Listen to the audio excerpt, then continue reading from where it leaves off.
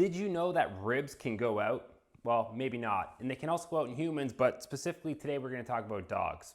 So today I'm going to tell you how to identify it, what it is, and what you can do about it to improve it. So when a rib goes out, what it actually is called costovertebral syndrome. Now this is very common in humans as well, and I'm going to put a link up above that you can look at another video kind of describing what the etiology behind it is and what you can do about it if it happens to you. But the thing is, with dogs, it looks a lot more serious, and the reason why is because dogs weight bear in their front end. Humans get away with it because we're not weight bearing, so we can favor an area and not utilize it as much, so therefore there's not as much pain. However, with dogs, because they're weight bearing in the front end, it engages their traps, their lats, their serratus muscles, which all engage this area.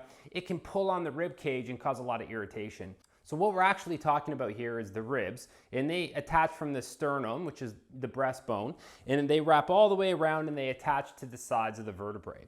And where they attach is very close to what's called the spinous process of the vertebrae, so that bony part on your dog's back.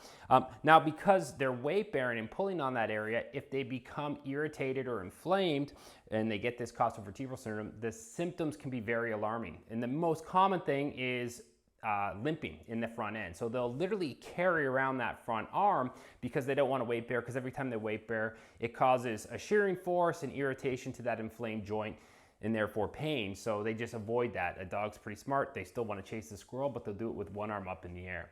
Now, another thing you can do at home to test your dog is just to put pressure on the front of the rib cage. So you can go underneath their chest. You can do this on small dogs by just pulling up a little bit, but going down the whole rib cage, pushing up.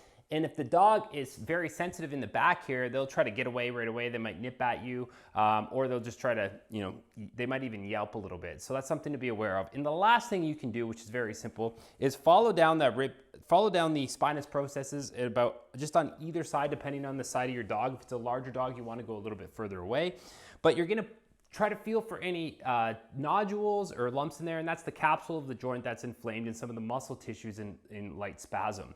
If a dog is sensitive, they're going to twitch, they're going to pull their fur up. If it's very sensitive, they're going to turn around, they might yelp, they might get scared and run away and not let you touch them in the back. So those are some simple tips you can do, and I've seen some pretty severe cases of this where owners bring them in thinking their dog's going to need surgery, or they're going to have to do some type of exploratory surgery because they can't figure out what it is, but nobody's actually palpated through the area to figure out why they're limping. And it's really easy to fix with a couple adjustments, and typically the dogs get better quickly. I hope that helps. We'll see you in the next video.